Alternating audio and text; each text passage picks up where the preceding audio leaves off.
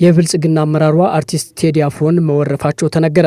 አመራሯ መንግስት በአርቲስቱ የሙዚቃ ስራ መስተጓጎል እጁ እንደሌለበት ተናግረዋል። ሌላኛው የመንግስት ሹም አርቲስቱንና ስራዎቹን መተቸታቸው እየተነገረ ነው። ይህም የመንግስት አመራሮች በአርቲስቱ ላይ የሚሰነዝሩት ትችት ተገቢነት የለውም እየተባለ ነው። አርቲስት ቴዲ አፍሮ ከሰዋስው መልቲሚዲያ ጋር በነበረው ውል የወሰደው 25 ሚሊዮን ብር እስከነወለዱ 33 ሚሊዮን ብር በመመለስ ውሉን ማቋረጡ ተነግሯል። የአርቲስት ቴዲ አፍሮ አልበም ከሰዋስው መልቲሚዲያ ጋር የነበረው ውል የተቋረጠበት ምክንያት ይፋ ሆኗል። የሙዚቃ አልበሙ የመውጫ ጊዜ መቃረቡን ተከትሎ ታዋቂ አርቲስቶች ለአርቲስት ቴዲ አፍሮ አድናቆትና መልካም ምኞታቸውን እየገለጹ ይገኛሉ። የአርቲስቱ 3 ሙዚቃዎች ለመግለጫው መታገድና ለውል መፍረስ ምክንያት ሆነዋል ተብሏል። ለመሆኑ የትኞቹ ዘፈኖች ናቸው አርቲስቱን ከመንግስት ጋር ያቃቃሩት? በአቢር ሚዲያ የመረጃ ሰዓታችን እንመለከተዋለን። አብራችሁን ቆዩም።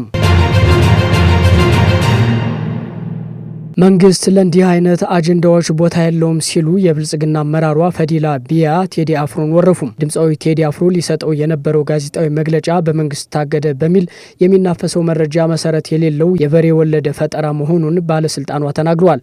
ባለፉት ቀናት በልዩ ልዩ ማህበራዊ ትስስር ገጾች ላይ የድምፃዊ ቴዲ አፍሮ አዲስ አልበም መግለጫ በመንግስት ጫና መታገዱን የሚገልጹ መረጃዎች በስፋት ሲሰራጩ ቆይተዋል። ሆኖም ጉዳዩን በተመለከተ ማብራሪያ የሰጡት የብልጽግና ፓርቲ የህዝብና ዓለም አቀፍ ግንኙነት ዘርፍ ሚኒስትር ዴታ ፈዲላ ቢያ መረጃው ከእውነት የራቀ መሆኑንና የታገደ መግለጫ አለመኖሩን አስታውቀዋል። ሚኒስትር ዴታዋ እንደገለጹት ኢትዮጵያ ከ50 በላይ ተቃዋሚ ፓርቲዎች በነጻነት የሚንቀሳቀሱባት ሀገር ሆና እያለች የአንድ ዘፋኝን ጉርጉሮ የሚታገድበት ምንም አይነት አግባብ የለም። በሆነ መንገድ እገፋለሁ፣ እፈራለሁ፣ ተጽዕኖዬ ከባድ ነው የሚለውን ለራስ ከልክ በላይ ግምት በመስጠት ለማሳመን የሚደረግ ፈጠራ ደስ አይልም ሲሉ በጉዳዩ ላይ ያላቸውን ትችት ሰንዝረዋል። መንግስት በአሁኑ ወቅት ትኩረቱን ሀገርን ከድህነት በማላቀቅ አሰባሳቢ ትርክቶችን በመፍጠርና ኢትዮጵያን በሚገባት ልክ በመገንባት ላይ ማድረጉን የገለጹት ፈዲላ ቢያ መግለጫ አገደ የሚለው ወሬ የብልጽግና መንግስት ስም የሚነሳበት አጀንዳ ለመሆኑን ገልጸዋል። ባለስልጣኗ ለተፈጠረው ነገር ምላሽና ማብራሪያ መስጠት ሲችሉ የአርቲስቱን ስራ በማቃለልና ክብሩን በሚነካ መልኩ ገልጸዋል በሚል ከአርቲስቱ አድናቂዎች ትችቶች ተሰንዝረዋል ተብሏል። አርቲስት ቴዲ አፍሮንና ስራዎቹን ተችተው ከፍተኛ ትችቶችን በአርቲስቱ አድናቂዎች አስተናግደዋል የተባሉት ሌላኛው የመንግስት ሹም ደግሞ ረዳት ፕሮፌሰር ነብዩ ባየ ናቸው። ረዳት ፕሮፌሰሩ የሼፊልድ ዌንዝዴይ ደጋፊ ሆነሽ ለትንሳኤ የሼፊልድ የዋንጫ ዘፈን አውጥተሽ የአርሰናል፣ የሊቨርፑል፣ የማንቸስተር፣ የሲቲ ብሎም ሁሉም የሊጉ ቡድኖች ደጋፊዎች እንዲሁም ጊዜያቸውን ሁሉ በጾምና በትጋት ያሳለፉ የትንሳኤው ምዕመናን በዘፈኔ ይደንሳሉ ብለሽ ከጠበቅሽ ዓለሙንም ኳሱንም በሰመመን ነው የምታዩ ማለት ነው በማለት በቂንያዊ አገላለጽ ትችታቸውን ሰንዝረዋል ተብሏል። ኳስ ጨዋታው በሚታይበት ቀን ቀን እየተኛሽ ማታ በስካር መንፈስ በምታዩ የሀያላትና የጨዋታ ዘገባ ተመስርተሽ ስለ ሊጉ ቁርር በሚል ድምጽ ለመተንተን እንዳትሞክሪ ኳስ አዋቂዎች ይመክራሉ። የካታንጋም የትሪቡንም የምስማር ተራም የከማናነሸም ተቀማጮች ምክር ይለግሳሉ ብለዋል። ሃላንድ ሃዋርድ መስሎሽ እንዳትሳሳች የሊጉ ተከታዮች ያሳስባሉ። ወይ ኳሱን በደንብ ተመልከቺ ወይ ስለማታው ሀድራ ቀሽረሻን ቆርቁሪ። ግን ደግሞ ሼፊልድ ዩናይትድ በዚያኛው ሊግ በሻምፒዮንሺፕ ውራ መሆኑን ራሱ አታውቂ ይሆናል እኮ ይሄኔ በስመ ዩናይትድ ማንቸስተር ዩናይትድ ያው ዩናይትድ ነው ብለሽ ማንቸስተር መስሎሽ ይሆናል እኮ ይሄኔ ሁሉን አጭሰሽ በጭስ ተደብቀሽ አትመልከች ባክሽ በማለት በቅኔ መሸንቆጣቸውን ረዳት ፕሮፌሰሩ በጽሁፋቸው አመላክተዋል ተብሏል። ነገሩ ቅኔ ይምሰል እንጂ ግልብና ግልጽ መልእክት ነው። ለምን ለመሸፋፈን መሞከር አስፈለገ? ፊት ለፊት መተቸትን ማንከለከላቸው በሚል ረዳት ፕሮፌሰሩን የሚወርፉ የአርቲስቱ ደጋፊዎችም በብዛት ታይተዋል መባሉ ነው የተነገረው። የቴዲ አፍሮና ሰዋስው መልቲሚዲያ ውል የፈረሰበት ምክንያት ታወቀ።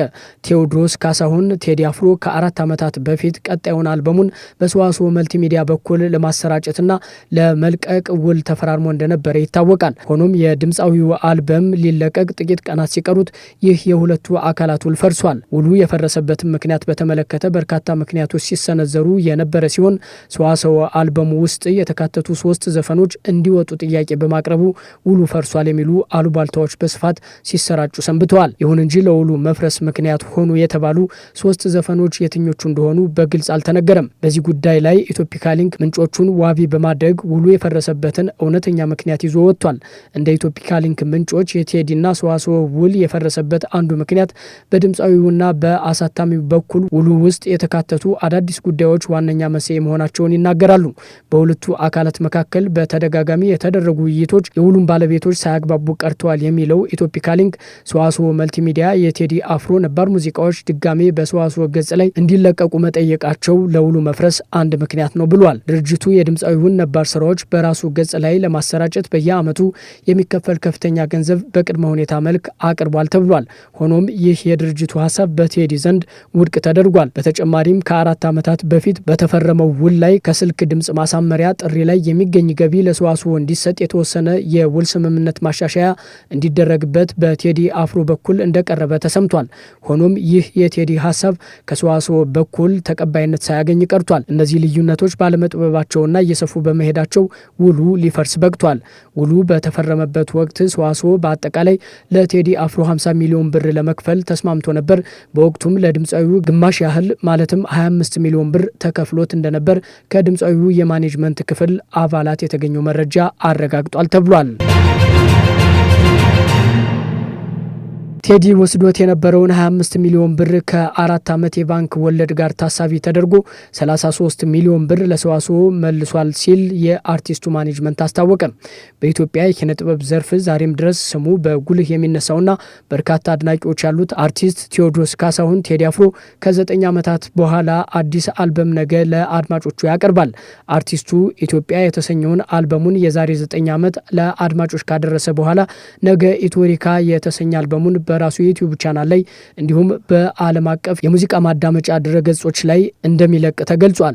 አልበሙ ምንም እንኳን ሰዋስው መልቲሚዲያ በተሰኘው የዘፈን አቅራቢ ድርጅት በኩል ለሕዝብ ይደርሳል ተብሎ ቢነገርም በመካከል አለመግባባት ተፈጥሮ በራሱ መንገድ ወደ አድማጭ እንደሚያደርሰው ነው የተሰማው። በማህበራዊ ሚዲያ ላይ ይህን አለመግባባት አጀንዳ ያደረጉና ያራገቡ የተለያዩ ገጾች ጉዳዩን ቀጥታ ከፖለቲካ ጋር እንደሚያያዝ ሲገልጹና ያልተረጋገጡ መረጃዎችን ሲያሰራጩ ከርመዋል። እንደ ኢትዮፒካ ሊንክ የመዝናኛና መረጃ የሬዲዮ ፕሮግራም ከሆነ ቴዎድሮስ ካሳሁን ቴዲ አፍሮ ከሰዋስው መልቲሚዲያ ጋር የነበረውን ውል በስምምነት ነው ያፈረሰው። ስምምነቱ የፈረሰው በአሳታሚውና በአርቲስቱ በኩል ውል ውስጥ የተካተቱት አዳዲስ ጉዳዮች ልዩነት በመፍጠራቸው ነው። ሁለቱ አካላት ከ4 ዓመት በፊት ነው ስምምነት የተፈራረሙት። ውሉን ለማደስ በነበረ ሂደት ግን አዳዲስ ሀሳቦች በመግባታቸው አለመግባባቶች ተፈጥሯል ተብሏል። ቴዲ አፍሮ ኢትዮሪካ የተሰኘው አልበሙን ነገ ሐሙስ ሚያዝያ 8 ቀን 2018 ዓ.ም ከቀኑ 8 ሰዓት ላይ በራሱ ዩቲዩብ ቻናል እንዲሁም በተለያዩ የማዳመጫ አማራጮች ለሕዝብ ያደርሳል ተብሎ ይጠበቃል። አልበሙ ቅዳሜ ይወጣል ቢባልም ቀደም ብሎ እንዲወጣ የተወሰነው በቴዲ አፍሮ መሆኑን እንዲሁም የወር የቀንና ሰዓቱ ቁጥር ግጥምጥሞሹና አርቲስቱ በምክንያት ያደረገው መሆኑን የማናጅመንት ክፍሉ ለኢትዮፒካ ሊንክ የመዝናኛና መረጃ ፕሮግራም አሳውቋል።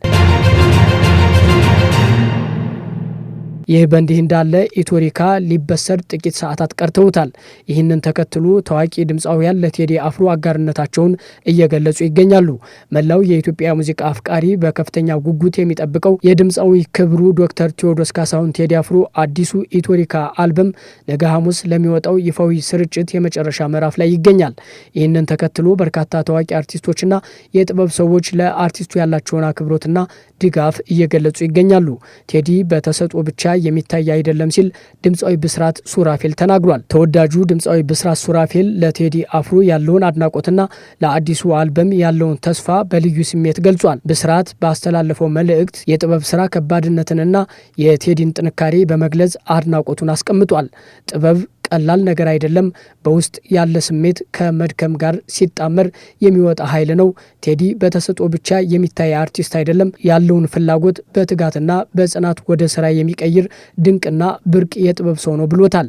ድምፃዊ ብስራት አክሎም ቴዲ አፍሮ ለስራው የሚሰጠውን ዋጋ ለመረዳት የግድ ቅርብ ጓደኛ መሆን እንደማያስፈልግ ጠቁሞ በነገው ዕለት የሚለቀቀው አልበም ጥራት ያለው ዜማና ግጥም እንደሚኖረው ያለውን እምነት ገልጿል። ለአርቲስት ቴዲ አፍሮ አድናቆትና መልካም ምኞቱን ከገለጹ ሌሎች አርቲስቶች መካከል ደግሞ ድምፃዊ ልዑል ሲሳይ ይገኝበታል። ጥበብ በየዘመኑ ድንቅ ሰዎችን ታሳየናለች። በኢትዮጵያ ሙዚቃ ደግሞ ብዙ ታላላቅ አርቲስቶችና ከያኒያን አይተናል፣ እያየንም ነው። እያንዳንዱ ወደ ጥበቡ የሚቀላቀል ከያኒ ከእርሱ ቀደም እንደ አራያ እያየ የሚመጣው ጥበበኛ ይኖረዋል። እኔም ደግሞ ከማደንቃቸው ብዙዎች አብልጬ አደንቀዋለሁ። በእርግጠኝነት በእኔ ዘመን የአብዛኛው ድምፃውያንና ከያኒያን ምሳሌ ይሆናል ብዬ መናገር ይችላለሁ ብሏል። እኔም የመጀመሪያ አልበሜ ላይ መልኬ በቃኝ የተሰኘውን ሙዚቃ ግጥምና ዜማ ከመስጠቱ ባለፈ ስራዎቼ ላይ ለጊዜው ለእውቀቱ ለፈጠራው ሳይሳሳ በቅንነት እየመከረ በሙዚቃ ህይወቴ ከጎኔ ነበር በማለት ገልጿል። አርቲስት ቴዎድሮስ ካሳሁን ቴዲ አፍሮ እንደሚገኝበት ትልቅ ደረጃ ሳይሆን ከእድሜና ከሙያ ታናናሾቹ ጋር እንደ ወዳጅ እየመከረ እንደ ባለሙያ እያገዘ ዘወትር ከጎን ሆኖ ለታዳጊ የጥበብ ሰዎች እድገትን የሚመኝ ሰው ነው ሲል አርቲስቱን ገልጾታል። ሬቶሪካ አልበሙ በጥቂቱ ካየሁት ተነስቼ የደነቀኝ ነገር ስለ ሀገሩ ኢትዮጵያ ያለው ልባዊ ፍቅር፣ ጥልቅ የታሪክ ምርምርና ቀናይነት ባሻገር ለሙያው ያለው መሰጠት ደግሞ ከሚገኝበት ታላቅ ዝና አንጻር ሳስበው ምን ያክል ጥበብ የምር ትሁት እንደምታደርግ ለመረዳት ችያለሁ። ጠዋት ማታ በመስራት በማረም ደጋግሞ በመግራት የስራንና የህዝብን ፍቅር አይቼበታለሁ ነው ያለው። ኢቶሪካ በሽልም ይውጣ ሲል ድምፃዊው መልካም ምኞቱን ገልጿል። ታዋቂው ያሬድ ሹመቴ በበኩሉ ለአርቲስት ቴዲ አፍሮ አድናቆቱን ከገለጹ አርቲስቶች መካከል አንዱ ነው።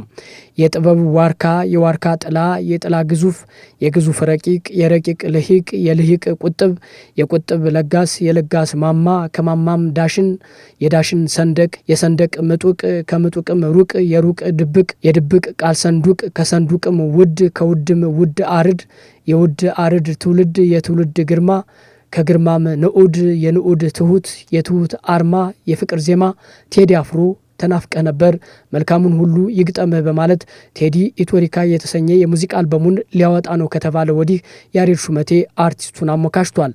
የነገው የቴዲ አፍሮ የሙዚቃ አልበም በተያዘለት ሰዓት ይለቀቅ ይሆን ወይስ እንደተፈራው ሌሎች ፈተናዎች ገጥመውት ሊቀር ይችላል? የብዙዎች ጥያቄ ሆኖ ቀጥሏል። በሌላ መረጃ እንመለሳለን። በያላችሁበት መልካም ጊዜ ተመኘን። ሰላም።